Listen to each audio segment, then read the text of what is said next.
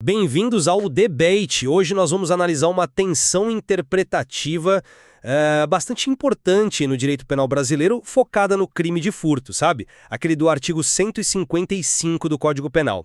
O ponto central da nossa discussão aqui é a possibilidade, ou talvez a impossibilidade, de se aplicar o chamado furto privilegiado, que está previsto lá no parágrafo 2º, quando o crime também se enquadra como furto qualificado, conforme as hipóteses do parágrafo 4º. Exatamente, e essa é uma questão que emerge, assim, diretamente das interpretações da doutrina e acho que de forma ainda mais marcante da própria evolução da jurisprudência sobre esse artigo específico.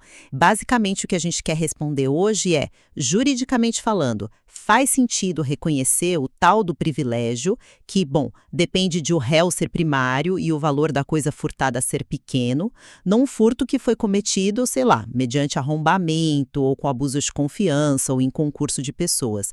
Quer dizer, num furto qualificado, né? Certo. A minha perspectiva que vou defender aqui é a de que existe uma incompatibilidade conceitual significativa ou, no mínimo, que a combinação dessas duas figuras é bastante restrita.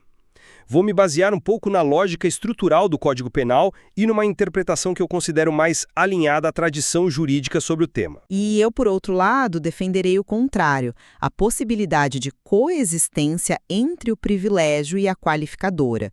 Meus argumentos vão se apoiar em princípios como o da individualização da pena, na ideia de que não há uma vedação legal explícita para isso e, claro, na posição que acabou se consolidando no Superior Tribunal de Justiça, o STJ, especialmente com a súmula 511. Pois bem, para começar então, meu ponto de partida é que as qualificadoras do parágrafo 4º do artigo 155, como, por exemplo, o rompimento de obstáculo, o abuso de confiança, a fraude escalada, destreza, emprego de chave falsa ou o concurso de agentes, elas indicam, por sua própria natureza, uma reprovabilidade muito maior da conduta. O ato qualificado ele revela uma maior ousadia por parte do agente, talvez uma maior periculosidade, ou causa um dano que vai além da simples subtração patrimonial, né?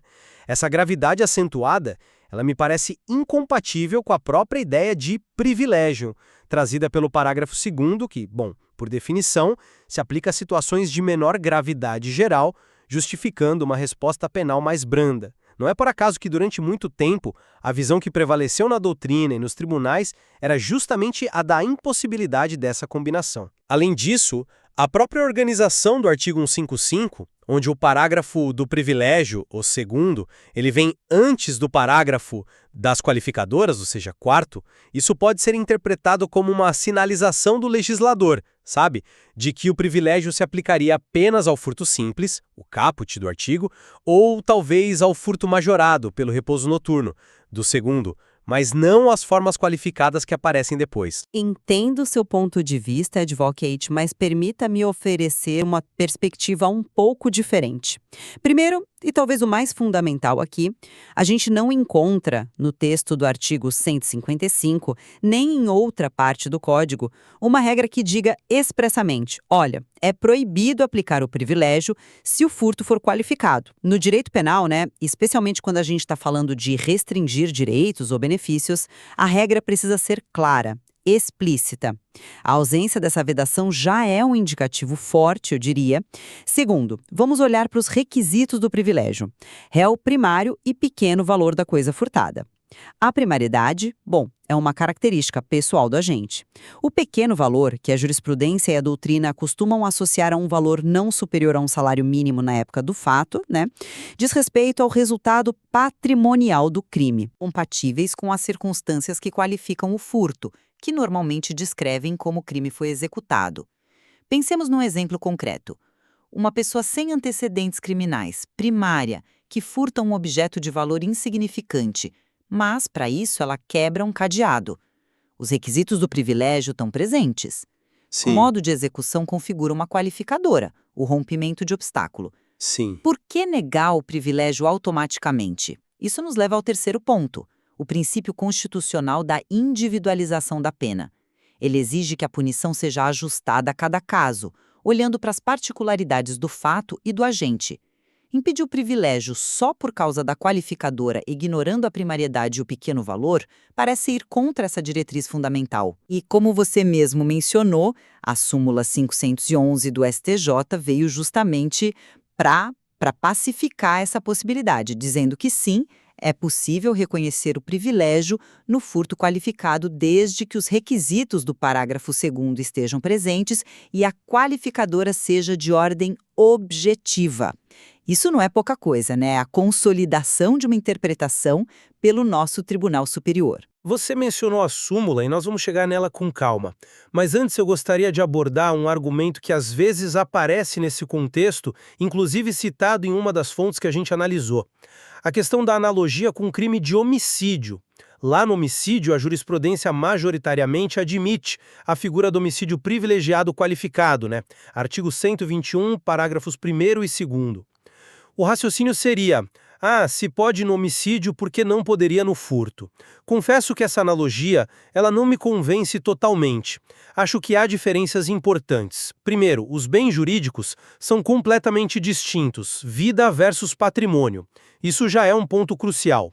Segundo, a própria estrutura das qualificadoras e dos privilégios nos dois crimes pode ter lógicas internas diferentes que justificariam tratamentos distintos. A dinâmica de um homicídio cometido por relevante valor social ou moral, que é o privilégio, mas com emprego de veneno, que é a qualificadora, por exemplo. Isso envolve uma complexidade que talvez não seja diretamente transponível para a relação entre primariedade e pequeno valor e o rompimento de obstáculo no furto. Usar essa analogia me parece um passo um tanto forçado. Reconheço que a analogia nunca é uma identidade perfeita, claro, mas discordo que seja forçada nesse caso. A fonte que a utiliza, e que na época ia contra a corrente majoritária, buscava justamente apontar para uma questão de coerência dentro do sistema penal. Veja bem, o sistema admite no crime contra a vida, que é o bem mais tutelado que a gente tem, que uma causa de diminuição de pena, o privilégio do 121 ligado à motivação, possa coexistir com circunstâncias que aumentam a gravidade do crime, as qualificadoras do 2º parágrafo. Se isso é possível no cenário mais grave, qual seria a justificativa lógica para uma proibição absoluta e implícita no crime contra o patrimônio? A estrutura fundamental é parecida, né? Temos fatores que podem atenuar a pena, primariedade e pequeno valor no furto, e fatores que podem agravá-la, as qualificadoras. Negar a possibilidade de considerá-los conjuntamente no furto, quando se aceita no homicídio, cria uma aparente inconsistência no tratamento de situações que são estruturalmente análogas.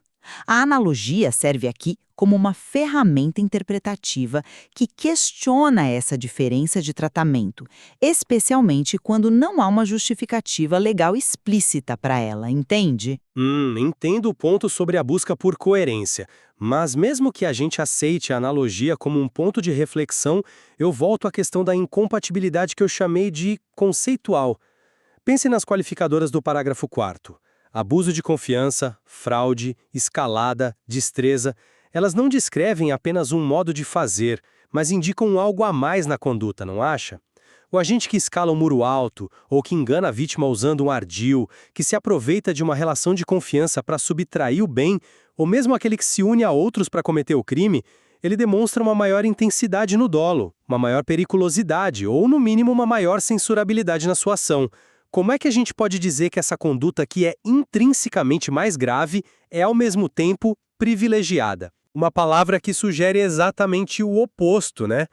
Uma menor gravidade que justifica benefícios como a substituição da pena de reclusão por detenção, a diminuição da pena ou até a aplicação isolada de multa. Parece haver um choque mesmo entre a natureza da qualificadora e a natureza do privilégio. Compreendo essa linha de raciocínio, mas gostaria de abordar isso por outro ângulo.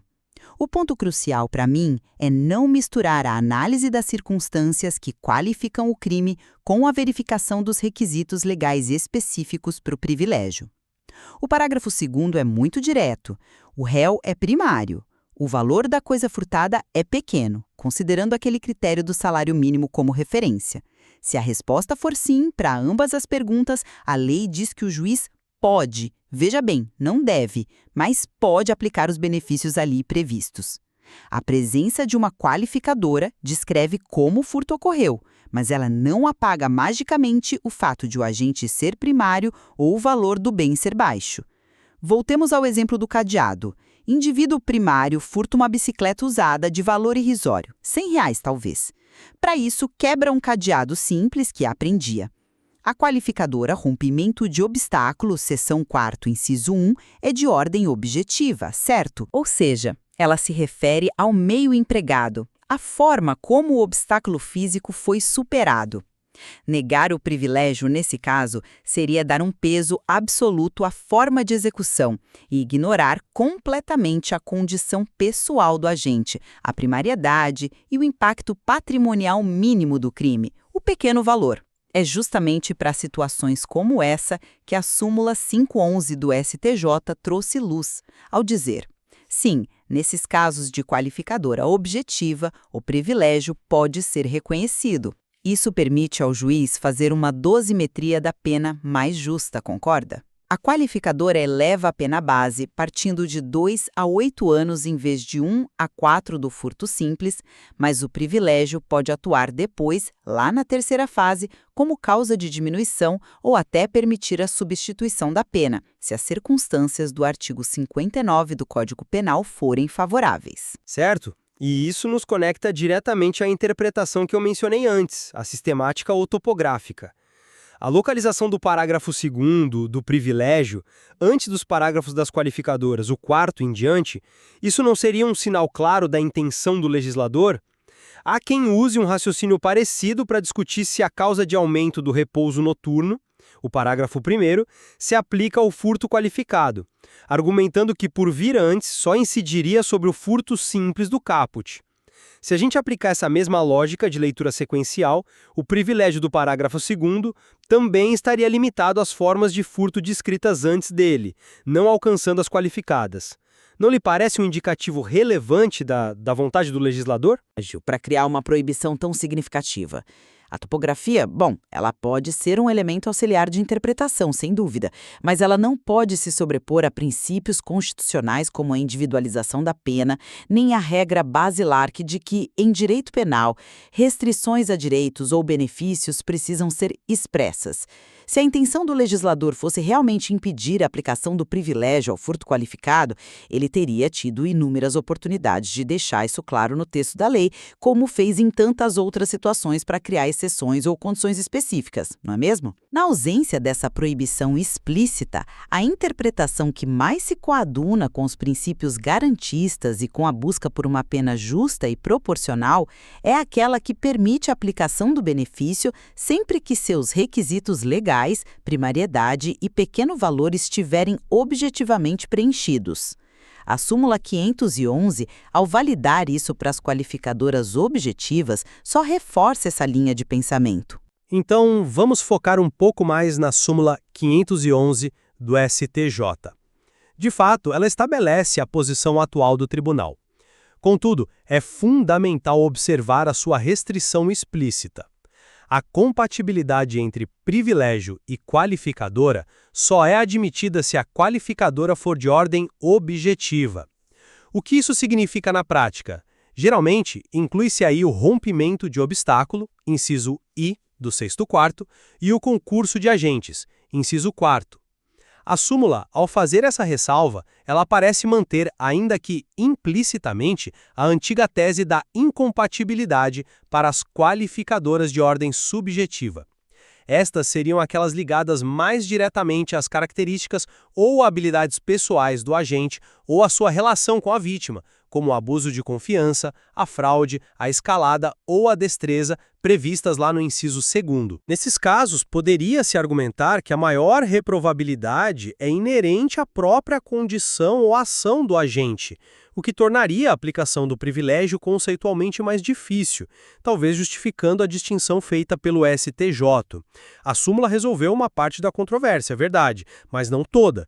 Ela não abriu as portas para compatibilidade em qualquer caso de furto qualificado. Concordo que a súmula tem essa limitação, mas veja o impacto disso. Ela representa um passo decisivo ao superar a tese da incompatibilidade absoluta que vigorou por tanto tempo.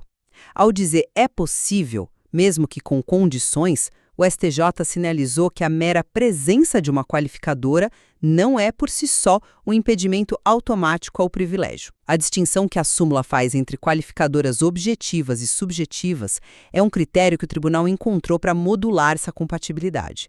As objetivas, como a gente disse, referem-se mais aos meios externos, como romper um obstáculo, ou à forma de execução, como o concurso de agentes. As subjetivas estão mais ligadas a aspectos pessoais, a relação de confiança que é quebrada, a astúcia empregada na fraude, a habilidade física na escalada ou destreza. A gente pode até debater se essa distinção é a melhor ou a mais lógica, mas o ponto central é que ela permitiu romper com a rigidez anterior. A súmula não deve ser vista como uma pequena exceção que confirma a regra da incompatibilidade. Ela é a regra atual para uma parte significativa dos casos, das qualificadoras objetivas, e demonstra que a coexistência é, sim, juridicamente viável dentro do nosso sistema.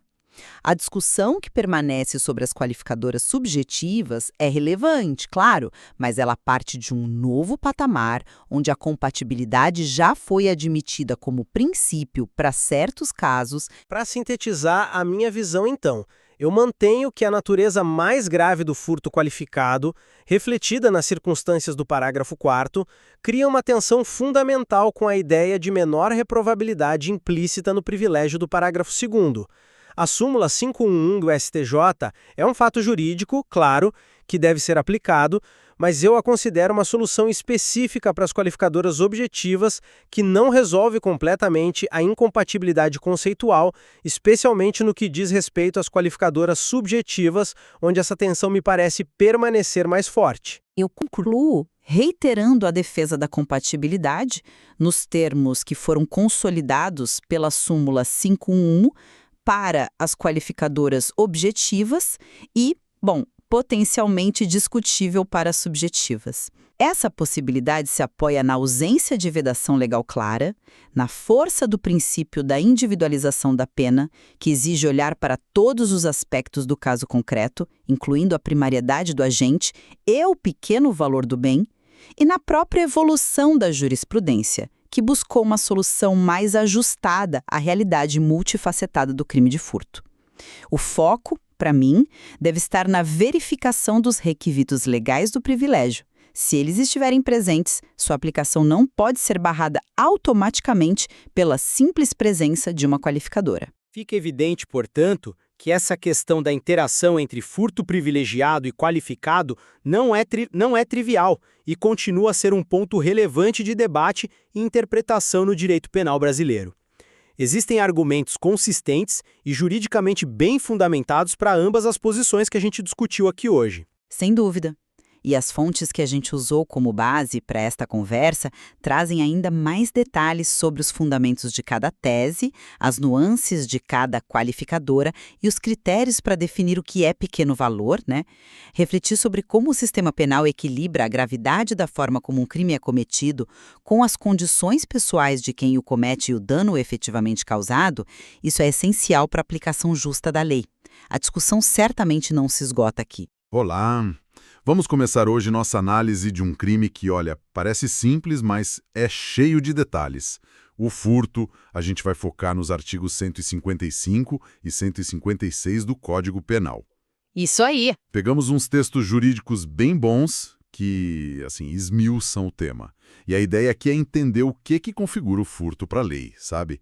Desde o básico até as qualificadoras e uns pontos que, dão o que falar no direito. Exatamente. E essa precisão da lei é fundamental, né? Porque o que a gente pensa que é furto no dia a dia, nem sempre bate com o que está escrito lá. Verdade. No direito penal, cada palavrinha conta para não ter injustiça. Ainda mais num crime tão comum, que mexe com o patrimônio das pessoas. Clareza é tudo. Ok, então vamos direto ao ponto. Artigo 155, a base. Subtrair para si ou para outrem coisa alheia móvel. Mas esse subtrair, ele tem um que a mais, não é só pegar. Não mesmo. Não é só pegar. Subtrair aqui para o direito é tirar a coisa do controle da vítima, sabe? Da esfera de proteção dela. E o ponto-chave é a intenção. Tem que ter aquela vontade de ficar com a coisa para sempre. O famoso ânimos de apossamento definitivo. O ânimos sibi habindi, que falam. Esse mesmo. Sem essa intenção específica, pode até ser outra coisa, mas furto não é. Essa intenção muda tudo, então. E quem pode ser o autor e a vítima nesse crime? Qualquer um? Olha, basicamente sim. Qualquer pessoa pode cometer, ser o sujeito ativo, e qualquer pessoa pode sofrer, ser o sujeito passivo, desde que, claro, a vítima seja a dona ou tenha a posse legítima da coisa. Posse legítima. Isso. E tem até uma situação curiosa que a fonte levanta. E ladrão que rouba ladrão, quem é a vítima aí? Boa pergunta. O segundo ladrão. Sabe? Isso não é posse protegida para o furto. Entendi. E a coisa? O que exatamente pode ser objeto de furto? Bom, primeiro tem que ser algo com valor econômico. Mesmo que seja pequeno, tem que ter algum valor para o dono ou possuidor. Ah, então algo sem valor nenhum. Não configura furto. E também não pode ser coisa abandonada de propósito, a res derelicta. Nem algo que nunca teve dono, res nullius. Tipo uma concha na praia? Exato. E nem coisa perdida, a res de perdita. Se você achar algo perdido e ficar para você sem procurar o dono, aí é outro crime. Qual? Apropriação de coisa achada. Tá lá no artigo 169. E, claro, a coisa tem que ser alheia, ou seja, de outra pessoa, e imóvel. E esse móvel é só o que a gente consegue carregar fácil. No direito penal, o conceito é um pouco mais amplo, mais funcional. Pensa, por exemplo, em materiais de construção que foram retirados de um prédio. Tijolos, telhas. Isso. Mesmo que o direito civil considere parte do imóvel, para o direito penal, ali soltos, são coisas móveis e podem ser furtadas. Interessante. E tem mais. O parágrafo 3º equipara a energia elétrica ou qualquer outra forma de energia com valor econômico, tipo energia genética, mecânica, a coisa móvel. Ah, o famoso gato de luz. Exatamente. O gato é furto, e a fonte até destaca que é um crime permanente. Enquanto a ligação clandestina estiver lá ativa, o crime está acontecendo, está se consumando. Faz todo sentido. Voltando àquela questão da intenção, do ânimo de aposamento definitivo. Isso leva a um debate clássico, né? O tal do furto de uso. Ah, sim! Pegar algo escondido só para dar uma usada e devolver rapidinho, isso é crime ou não? Olha, a posição que a fonte defende é que não seria furto, justamente porque faltaria essa intenção de ficar tua coisa para sempre. Mas não é tão simples assim, imagino. De jeito nenhum. As condições para não ser crime são bem rigorosas. Primeiro, o uso tem que ser momentâneo e a devolução rápida. Segundo, tem que devolver inteiro, sem nenhum dano. E terceiro, que é crucial, a devolução tem que ser feita antes que a vítima sinta a falta da coisa. Opa, peraí. Quer dizer que se eu pego o carro do vizinho escondido pra, sei lá, dar uma voltinha rápida, mesmo que eu devolva logo, mas acaba amassando o para-choque. Aí a história muda completamente. A fonte argumenta que nesse caso seria furto sim. Mas por quê? Se eu devolvi. Porque ao devolver danificado, você agiu como se fosse o dono, você dispôs da coisa. Causou um prejuízo. E isso mostra, mesmo que indiretamente, aquele ânimo de dispor da coisa alheia como se fosse sua. Entende? O mesmo vale se a vítima descobrir antes de você devolver. A posse dela foi violada de qualquer forma. Nossa linha é bem tênue mesmo. E quando o furto é considerado pronto, consumado? É no exato momento em que a pessoa pega a coisa? Não exatamente. A teoria que mais pega e que a fonte adota é a da amotio ou apprehensio. Amotio? Isso.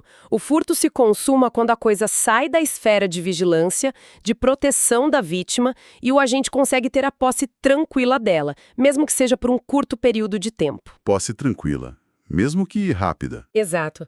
Se rolar uma perseguição logo em seguida, e o ladrão nunca chegar a ter essa posse sossegada sem ser contestado, ainda é tentativa. Precisa ter a inversão da posse, o agente ter o controle da coisa, fora do alcance da vítima, ainda que brevemente. Entendi. A coisa tem que ter saído das mãos da vítima e ido para as mãos do agente, sem ninguém impedir na hora. É por aí. Isso evita que o furto vire um crime que pune só a conduta, sabe? Sem exigir o resultado, que é a posse efetiva. Certo. Agora vamos complicar um pouquinho. Porque o furto não é uma coisa só, né? Tem umas variações. Tem o furto noturno, o privilegiado e o qualificado. Vamos começar pelo noturno, o parágrafo 1º. A pena aumenta em 1/3. Por que isso?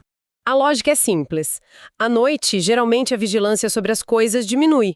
Fica mais fácil cometer o crime. Menos gente na rua, escuro. Isso. E a fonte até defende um critério bem objetivo para repouso noturno, seria o período entre o pôr do sol e o amanhecer.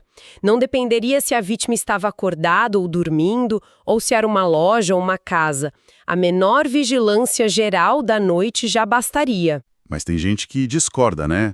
Que acha que precisa ser local habitado. Sim, tem essa discussão. A maioria da jurisprudência tende a dizer que sim, que precisa ser um local habitado, com gente repousando. Mas a fonte discorda, argumenta que a vulnerabilidade maior é da noite em si, não importando se é casa, comércio, se tem gente dormindo ou não. Entendi a posição. E esse aumento de pena do furto noturno vale para qualquer tipo de furto? Mesmo os mais graves? Então, a fonte defende que não. Pela posição no código, logo depois do furto simples e antes das formas qualificadas, o entendimento proposto é que esse aumento só se aplicaria ao furto simples, o do caput, não ao qualificado, do parágrafo 4º, que já tem penas bem mais altas por outros motivos. Interessante. Falando em penas, tem também o chamado furto privilegiado, no parágrafo 2º, que pode diminuir a pena ou até transformar em multa só. Quem tem direito a esse privilégio? São 2 requisitos e precisam estar juntos. Primeiro, o agente tem que ser primário. Primário. Significa nunca ter sido condenado antes? Basicamente, não pode ser reincidente. Reincidente é quem comete um novo crime depois de já ter sido condenado definitivamente por outro crime anterior, com umas regrinhas de prazo lá dos artigos 63 e 64. Mas veja bem, a lei fala em primário, não exige bons antecedentes. Ok, primário. E o segundo requisito? A coisa furtada tem que ser de pequeno valor. E o que é pequeno valor? Tem um número mágico? Não tem um número mágico, mas o critério que a maioria usa e que a fonte apoia é o valor da coisa em si, não o prejuízo total da vítima, não ser maior que um salário mínimo na época do crime. É um critério mais objetivo, né? Um salário mínimo. E esse privilégio pode se juntar com um aumento por ser de noite? Pode sim. A fonte diz que são compatíveis. A pessoa pode ter o aumento por ser furto noturno e, ao mesmo tempo, a diminuição por ser primária e a coisa de pequeno valor. Mas e no furto qualificado? Aquele do parágrafo 4º, bem mais grave, pode ter o privilégio também? Porque a maioria dos tribunais diz que não. Pois é, aí que tá. A fonte aqui discorda, e discorda forte. O argumento é: poxa, se lá no homicídio, que é muito mais grave, o privilégio pode sim coexistir com qualificadoras objetivas, por que raios no furto não poderia? A fonte não vê lógica nessa diferença de tratamento. Defende que deveria sim ser possível aplicar o privilégio do parágrafo 2º, mesmo nos casos de furto qualificado do parágrafo 4º. É uma posição que vai contra o que a maioria pensa, bem polêmica. Bem polêmico mesmo. Então vamos mergulhar nessas qualificadoras do parágrafo 4º, que jogam a pena lá para cima. Reclusão de 2 a 8 anos, mais multa. A primeira, destruição ou rompimento de obstáculo. Essa é quando o ladrão precisa quebrar ou arrebentar alguma coisa que estava ali para proteger o bem. Um cadeado, uma porta, um muro, uma janela trancada. A violência é contra essa barreira, esse obstáculo, e não contra a pessoa. Certo. Mas e se o obstáculo for tipo parte da própria coisa? Imagina quebrar o vidro do carro para levar o som que está dentro. O vidro é parte do carro. Isso qualifica? Excelente pergunta. A fonte entra nesse debate. E revendo até posições anteriores, concorda com a visão de que sim, qualifica. Mesmo sendo parte da coisa? Sim, porque o vidro ou a porta trancada do carro, eles funcionam como um obstáculo, que protege o que está lá dentro. Romper isso exige mais esforço, mais ousadia, causa mais dano. A violência é para acessar a coisa. Então, mesmo que o ladrão seja pego só tentando fazer a ligação direta, depois de já ter quebrado o vidro, ele já responde por tentativa de furto qualificado por rompimento de obstáculo. Faz sentido. O inciso 2 traz um monte de coisa junta. Abuso de confiança ou fraude, escalada ou destreza. Vamos passar rápido por cada uma. Abuso de confiança. Esse exige um laço de confiança real, que já existia antes. Pensa na empregada doméstica que trabalha há anos na casa, tem a chave, total liberdade. Se ela furta, é abuso de confiança. E se fosse uma diarista nova, que acabou de começar? Aí, sem esse vínculo forte, provavelmente seria furto simples. A relação de emprego, por si só, não basta. Tem que ter a confiança específica que foi traída, entende? Entendi. E a fraude? Qual a diferença? Na fraude, não tem esse laço de confiança anterior. O agente usa um engano, uma mentira, um ardil para diminuir a vigilância da vítima e conseguir pegar a coisa. Ele cria uma confiança instantânea, falsa. Tipo... Aquele exemplo clássico do falso funcionário da companhia de luz que entra para verificar o medidor e acaba levando alguma coisa. Ou alguém que se oferece para cuidar da sua bagagem no aeroporto e some com ela. A vítima é enganada para facilitar a subtração. Certo. Escalada parece mais óbvio. Subir muros, telhados... Sim, usar um meio anormal, que exige um esforço físico incomum para entrar no local. Subir um muro alto, entrar pelo telhado. Mas a fonte até amplia um pouco essa ideia, seguindo doutrinadores como Hungria. Poderia incluir também vias subterrâneas, como um túnel de esgoto, ou o uso de agilidade especial, meios que não sejam os normais de acesso. O foco é o ingresso difícil, não usual. E só encostar a escada no muro sem subir. Ato preparatório. Ainda não é crime. E destreza? O que é isso? É a habilidade manual excepcional, o famoso mão leve. O batedor de carteira que consegue tirar a carteira do bolso da vítima sem que ela perceba absolutamente nada na hora. A subtração acontece por causa dessa habilidade especial, não por força nem por engano direto. A habilidade pura. Próxima qualificadora. Emprego de chave falsa. Inciso 3º. Chave falsa é qualquer instrumento que não seja chave verdadeira, mas que seja usado para abrir uma fechadura. Pode ser uma cópia mal feita, uma agazu, a famosa micha, qualquer coisa usada no lugar da chave certa. E se usar a chave verdadeira, mas que foi achada ou roubada? Aí não entra nessa qualificadora da chave falsa. Poderia ser furto simples, ou talvez qualificado por fraude, se enganou para pegar a chave, ou abuso de confiança, se tinha acesso legítimo e usou para furtar, dependendo do caso. Mas chave falsa, não. Entendido. E a última do parágrafo 4º, concurso de 2 ou mais pessoas. É quando o furto é cometido em parceria, por mais de uma pessoa, 2 ou mais. A ideia é que a união de esforços torna o crime mais fácil de executar e potencialmente mais perigoso. E vale para todo mundo que participa. Sim, abrange tanto quem executa diretamente a subtração, coautoria, quanto quem ajuda de alguma forma mesmo que de fora, tipo o sujeito que fica de vigia na esquina, participação, importante não confundir. É uma qualificadora própria do furto. Não se aplica aqui o aumento de pena do roubo cometido em concurso de agentes. Tem súmula sobre isso. Parágrafo 4º foi denso. Mas ainda tem o parágrafo 5º, né? Uma qualificadora ainda mais específica. Sim, e com pena ainda maior. Reclusão de 3 a 8 anos. É para subtração de veículo automotor que venha a ser transportado para outro estado ou para o exterior. Ah, essa é a famosa por causa do roubo de carros para levar para o Paraguai, Bolívia. Exatamente. Surgiu muito por pressão social e das seguradoras, por causa desse problema grave de veículos roubados ou furtados que simplesmente desapareciam cruzando fronteiras. E qual é o pulo do gato aqui para aplicar essa qualificadora? O ponto crucial é que é um crime material. Não basta furtar o carro com a intenção de levar para outro estado ou país. O veículo tem que efetivamente cruzar o divisa estadual ou a fronteira nacional. Sério. Então, se a polícia interceptar o carro antes da divisa... Não aplica essa qualificadora do parágrafo 5º.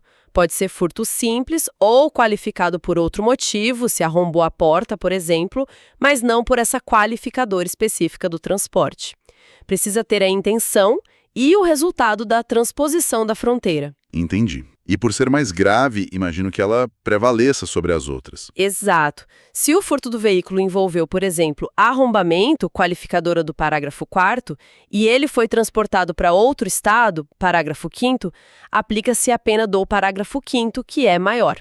Ela prevalece sobre as do parágrafo 4º e também sobre o aumento do furto noturno, parágrafo 1º. Ok, acho que dissecamos bem o artigo 155, mas tem ainda o 156, rapidinho, o furto de coisa comum. O que ele tem de tão especial? Ele é bem particular mesmo. Primeiro, os sujeitos.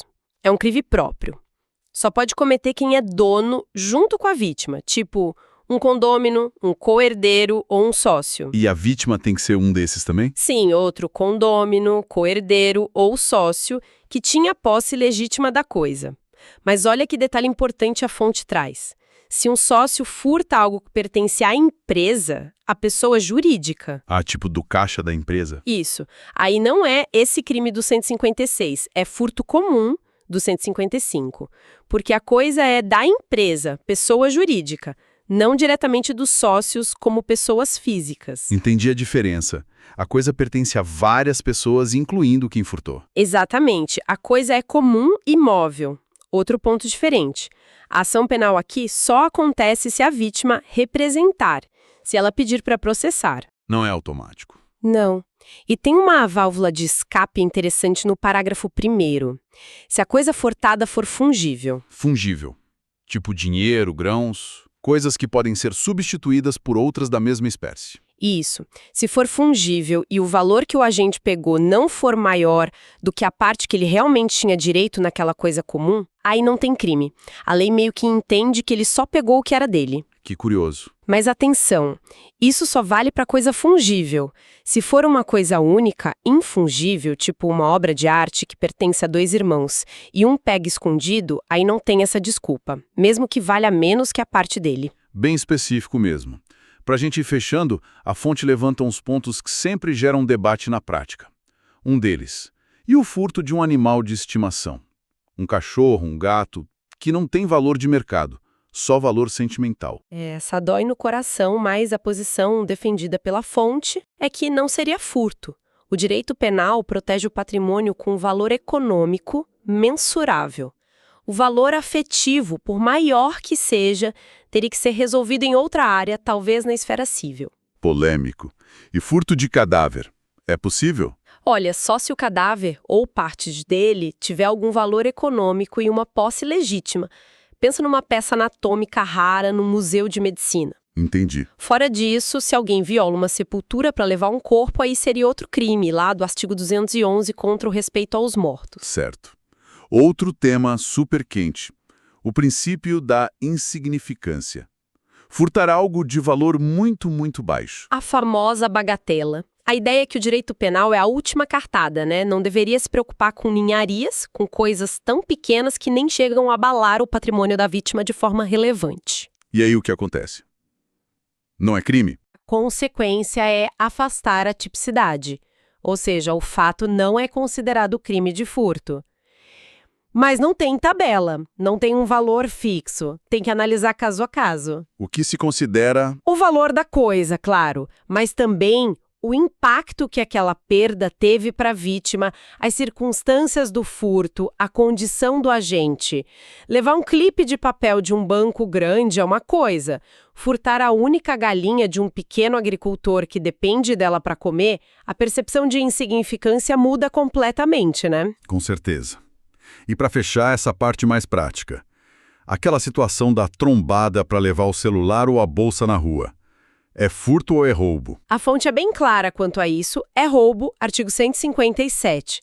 Mesmo que o empurrão seja leve? Não, a trombada proposital é uma forma de violência física contra a pessoa. E essa violência foi usada como meio para conseguir subtrair o bem. Mesmo que seja leve, a presença da violência contra a pessoa já caracteriza o roubo. E qual a diferença para o furto mediante fraude, onde pode ter um toque? Tipo aquele exemplo do cara que finge limpar seu paletó para pegar a carteira. A diferença é a natureza da ação. No exemplo do paletó, o toque faz parte do engano, da fraude para distrair. Não há uma força física empregada contra a pessoa para vencer a resistência dela, como acontece no esbarrão. Na trombada, a força é o meio para a subtração. No outro, é o engano. Ótima distinção. Bom, acho que demos uma boa passada geral, né? Recapitulando, vimos que furto não é só pegar, tem que ter a intenção definitiva. Analisamos o furto notúrio, o privilegiado, e as polêmicas sobre ele poder ou não se aplicar ao qualificado. Isso. Detalhamos as várias qualificadoras que deixam o crime mais grave: quebrar obstáculo, abuso de confiança, fraude, escalada, destreza, chave falsa, concurso de pessoas e o transporte do veículo para outro estado. Ufa, bastante coisa. Vimos também o furto de coisa comum, que é bem específico, e esses pontos que dão o que falar, como a insignificância e a diferença crucial para o roubo na trombada. Fica claro como a lei tenta ser detalhista, né? Tenta e precisa ser. E talvez a reflexão final que fica, pensando em tudo isso, seja justamente sobre a dificuldade de provar a intenção, o elemento subjetivo que a gente falou tanto. Pensa na linha tênue que às vezes existe entre o furto de uso, que a fonte diz não ser crime, e o furto que se consuma só porque a vítima descobriu antes da devolução. Ou entre a fraude que qualifica o furto e o estelionato, que é outro crime baseado no engano para obter vantagem ilícita. É verdade. Como é que o sistema de justiça, na prática, consegue provar essa intenção que está lá na cabeça do agente? Como se lida com isso para aplicar a lei corretamente nesses crimes contra o patrimônio? É um desafio e tanto no dia a dia forense. Uma excelente questão para a gente continuar pensando. Muito obrigado por acompanhar a gente nessa análise do furto. Continue buscando conhecimento e até a próxima. E aí, tudo bem? Hoje a gente vai desvendar um assunto que parece super simples, mas que na verdade é um baita labirinto jurídico: o crime de furto aqui no Brasil. Se prepara, porque vamos ver como uma coisa que parece óbvia pode ser bem mais complexa do que se imagina. Pois é, essa é a ideia básica que todo mundo tem. Só que quando a lei entra em campo, o que parecia ser um ato só se abre num leque de definições, de situações que agravam o crime, de exceções. A realidade jurídica, olha, é muito mais fascinante. Então, vamos lá, vamos começar do começo. Para a gente conseguir entender toda essa complexidade, a gente precisa olhar para a base, procuração do crime de furto, que está lá no artigo 155 do nosso Código Penal. Basicamente, ele se apoia em 3 pilares. O primeiro pilar é a ação, o verbo, subtrair. Pensa no ato físico mesmo, sabe? De pegar uma mochila que está ali num banco de praça e levar embora. É tirar aquela coisa da proteção, da disponibilidade da vítima. É o gesto. O segundo pilar é o que foi levado, a coisa alheia móvel. Vamos quebrar isso. Coisa é qualquer objeto que tenha algum valor, nem que seja pequeno.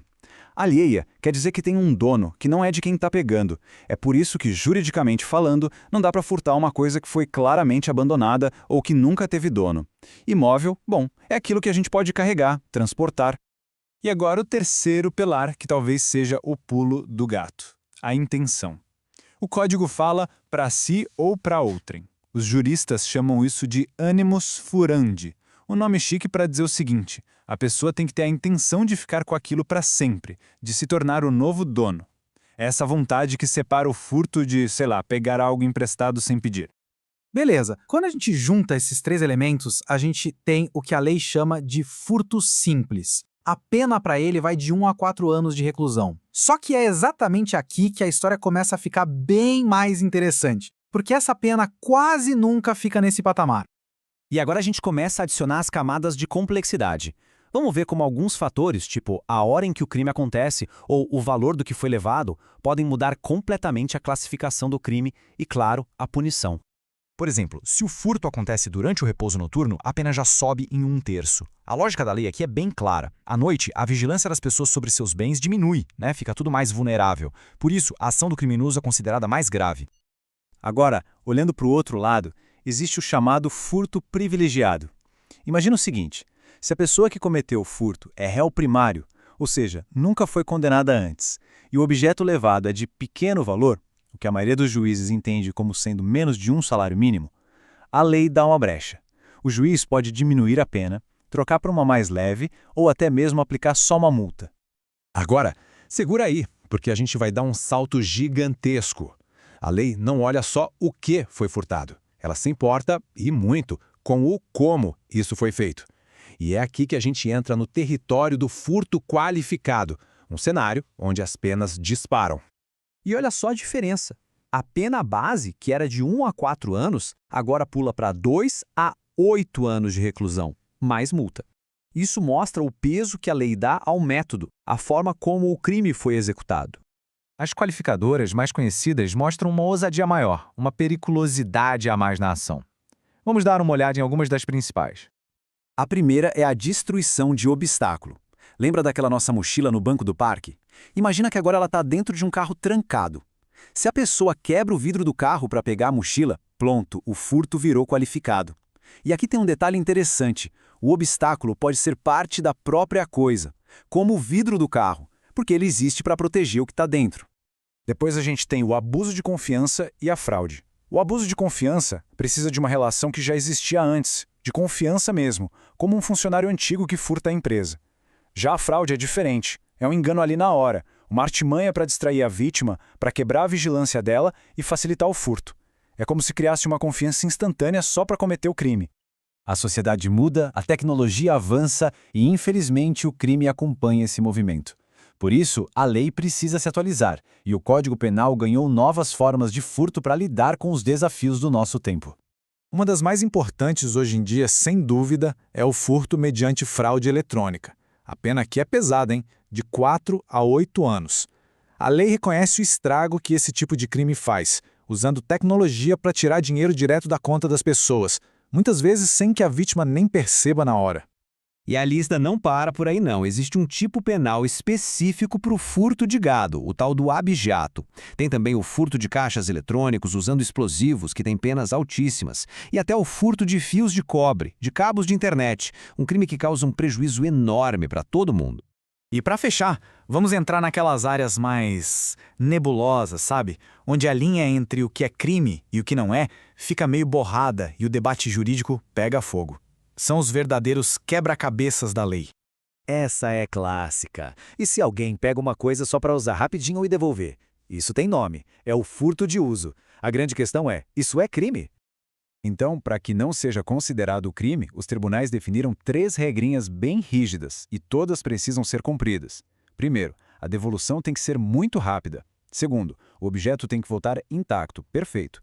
E terceiro, e talvez o mais difícil, tem que ser devolvido antes que o dono sequer note que sumiu. Se falhar em qualquer um desses pontos, a conversa muda e o ato pode sim ser considerado furto. E agora, uma das discussões mais famosas do direito penal. A trombada. Sabe aquela cena? Um esbarrão que parece sem querer, no meio da muvuca, e de repente sumiu a carteira, sumiu o celular. A pergunta que vale ouro é, isso é furto, que é a subtração sem violência, ou é roubo, que tem violência? Olha, a posição que prevalece nos tribunais é de que isso é roubo. A diferença é muito sutil, mas ela é fundamental. É o alvo da força. No furto, a habilidade é usada contra o objeto. Na trombada, a força, mesmo que seja só um empurrãozinho, é aplicada contra a pessoa para vencer a resistência dela. E é essa violência contra a pessoa que transforma o crime em roubo, o que muda tudo com penas muito mais graves. Como a gente pode ver, a definição de furto está longe de ser algo escrito em pedra. Ela se mexe, ela se adapta, ela tenta acompanhar as mudanças da sociedade, da tecnologia e, claro, das novas formas de se cometer crimes. Isso tudo deixa uma pergunta gigantesca para o futuro, né? Com o surgimento de bens que a gente nem consegue tocar, como criptomoedas, NFTs, propriedades no metaverso, aquele conceito de coisa alheia móvel está sendo esticado ao máximo. Como é que a lei vai se virar para proteger nosso patrimônio num mundo cada vez mais digital? Essa resposta, essa ainda está sendo escrita. Olá, quem já parou para pensar na diferença real entre um furto simples e um qualificado? Ou o que faz um gato de energia ser considerado furto pela lei? Hoje, a gente vai decifrar o artigo 155 do Código Penal e entender por que esse crime é bem mais complexo do que parece à primeira vista. A gente acha que sabe, né? Alguém pega uma coisa que não é sua. Pronto. Mas será que é só isso mesmo? A definição que a gente usa no dia a dia é uma coisa, mas a definição legal, essa é outra história. E é aí que as surpresas começam. Pois é, e é aqui que a conversa fica boa. A gente vai mergulhar a fundo nesses detalhes da lei para entender o que de fato transforma um ato em um crime de furto. Então, vamos lá. Para entender o furto de verdade, a gente precisa conhecer os 4 pilares essenciais dele. É como se fosse o DNA que define esse crime perante a lei. Ok, então a lei divide o furto em 4 partes essenciais. Vamos olhar a tabela. Primeiro, o sujeito ativo, que é quem comete o crime, e pode ser qualquer pessoa. Depois, o sujeito passivo, que é a vítima, ou seja, o dono ou quem tinha a posse legítima da coisa. Pensa, por exemplo, em alguém que alugou um equipamento. Temos também o objeto material, a famosa coisa alheia móvel. E, o ponto talvez mais crucial de todos, o elemento subjetivo, a intenção clara, definitiva de se apossar daquilo. Sem esse querer para si, o crime de furto não existe. E o que seria exatamente essa coisa alheia móvel? Bom, basicamente, é qualquer objeto que tenha valor econômico, que possa ser levado de um lugar para o outro e que, claro, pertença a outra pessoa. E é aqui que a lei se mostra bem interessante. Aquele famoso gato na rede de luz é, sim, considerado furto. Isso porque a energia elétrica para fins penais é equiparada a um bem móvel, uma curiosidade jurídica que afeta muita gente. Entender o que não é furto é tão importante quanto saber o que é. Se alguém encontra um sofá velho que claramente foi deixado na calçada para o lixo e leva para casa, isso não é furto. É o que o direito chama de res delicta, uma coisa abandonada. Mas muito cuidado aqui, uma coisa perdida é bem diferente. Se alguém acha uma carteira na rua e resolve ficar com ela, não comete furto, mas sim um outro crime específico, apropriação de coisa achada. E qual é a punição para o furto na sua forma mais básica? O chamado furto simples. A pena é essa aí, reclusão de 1 a 4 anos e multa. Esse é o nosso ponto de partida para tudo que a gente vai ver a seguir. Mas a lei não é uma régua única para todos os casos, não. Existem situações em que a pena pode ser bem mais branda. Vamos entender agora como isso funciona. É aqui que aparece a figura do furto privilegiado. Não é um crime diferente, mas uma forma de tratar o furto simples com uma punição bem menor, às vezes só uma multa. A ideia é ter uma resposta do Estado mais proporcional. Pensa numa pessoa sem antecedentes que furta algo de baixo valor. A lei tenta evitar que essa pessoa vá para a prisão por um delito menor, o que mostra um lado mais social do direito penal. Mas, para esse privilégio ser aplicado, existem 2 condições obrigatórias, como a gente vê aqui. Primeiro, a pessoa tem que ser réu primário, ou seja, nunca pode ter tido uma condenação criminal definitiva antes. E segundo, o valor da coisa furtada tem que ser pequeno. E o que é pequeno valor? O entendimento que prevalece nos tribunais define esse teto como um salário mínimo vigente na época do crime. E tem ainda um degrau abaixo do privilégio. O fascinante princípio da insignificância. Se o valor do bem for tão, mas tão irrelevante que não afeta de verdade o patrimônio da vítima, imagina levar um clipe de papel de um grande escritório, a justiça pode simplesmente entender que nem houve crime. A lógica é essa. O direito penal é a ferramenta mais forte do Estado e não deveria ser usada para resolver ninhárias. Agora, vamos para o outro lado da balança. O que acontece quando o furto é praticado em circunstâncias que o tornam mais grave? O primeiro fator que a lei analisa é o horário. Cometer o furto durante o repouso noturno é uma causa de aumento de pena. A razão por trás disso é bem lógica. À noite, a vigilância sobre os bens diminui naturalmente. As ruas ficam mais vazias, as pessoas estão dormindo, e essa vulnerabilidade maior justifica uma punição mais severa para quem se aproveita dela. E como a gente pode ver claramente nesse gráfico, o impacto na pena é direto e matemático. A pena base do furto simples sobe em 1/3. É um agravante que funciona de forma automática. Mas o aumento de pena por ser à noite é só o começo. Agora a gente entra num território bem mais sério, o furto qualificado. Aqui a coisa muda de figura. Não estamos falando só de um aumento na pena. O crime em si se torna outro, com uma gravidade muito maior, porque o jeito como ele é cometido revela uma ousadia e um planejamento bem maiores. E olhem só a diferença no placar.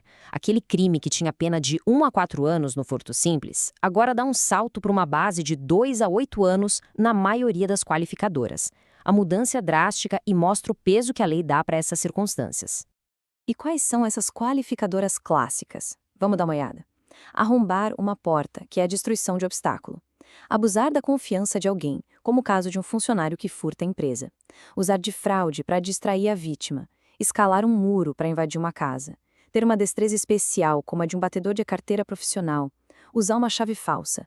E uma das mais comuns, cometer o crime com mais de uma pessoa. E claro, o direito precisa se atualizar. Olhando para este gráfico, vemos como novas qualificadoras foram criadas para crimes mais modernos. O abigeato, que é o furto de gado, tem pena de 2 a 5 anos. O furto de um veículo que é levado para outro estado, de 3 a 8 anos. E os mais graves, o furto com uso de explosivos em caixas eletrônicos e a fraude eletrônica, com penas bem pesadas, chegando a 10 anos. E dentro da fraude eletrônica, a situação pode ficar ainda mais séria. A pena aumenta se o crime usa servidores fora do Brasil, o que, claro, dificulta a investigação, e aumenta ainda mais, podendo até dobrar, se a vítima for uma pessoa idosa ou vulnerável. Aqui, a lei manda um recado bem claro sobre a proteção dos mais frágeis na sociedade. Para fechar nossa análise, vamos explorar algumas dessas zonas cinzentas. Aquelas situações que geram um debate danado nos tribunais e mostram como aplicar a lei pode ser um quebra-cabeça.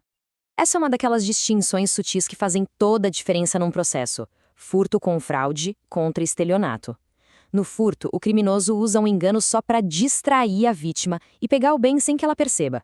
No estelionato, o engano é o prato principal. A vítima é tão bem ludibriada que ela mesma entrega o bem. A ação da vítima é o que define essa fronteira. E o tal do furto de uso? Pegar algo emprestado sem pedir. Isso pode não ser crime, mas as regras são extremamente rígidas. Imagina, alguém pega a bicicleta do vizinho sem avisar, dá uma volta rápida e a devolve no mesmo lugar, intacta, antes que o dono sequer note que ela sumiu. Só nesse cenário, com devolução rápida e restituição integral, é que não há crime. Faltou um desses 3 requisitos, já vira furto. E a famosa trombada no meio da rua quando alguém esbarra com força para arrancar uma bolsa ou um celular. Seria furto ou roubo? A resposta da justiça é clara. É roubo. Por quê? Porque houve violência física contra a pessoa, não importa se foi leve. O furto exige uma ação escondida, sorrateira, sem contato violento. A trombada cruza essa linha e entra no território do roubo, que é um crime bem mais grave. E assim a gente chega ao fim da nossa jornada pelo artigo 155. Começamos com uma ideia que parecia simples, a de pegar o que não é seu, e descobrimos uma rede complexa de qualificadoras, privilégios e exceções. Isso nos leva à pergunta final, que fica para reflexão. Depois de tudo isso, o conceito de furto parece mais simples ou, na verdade, infinitamente mais complexo?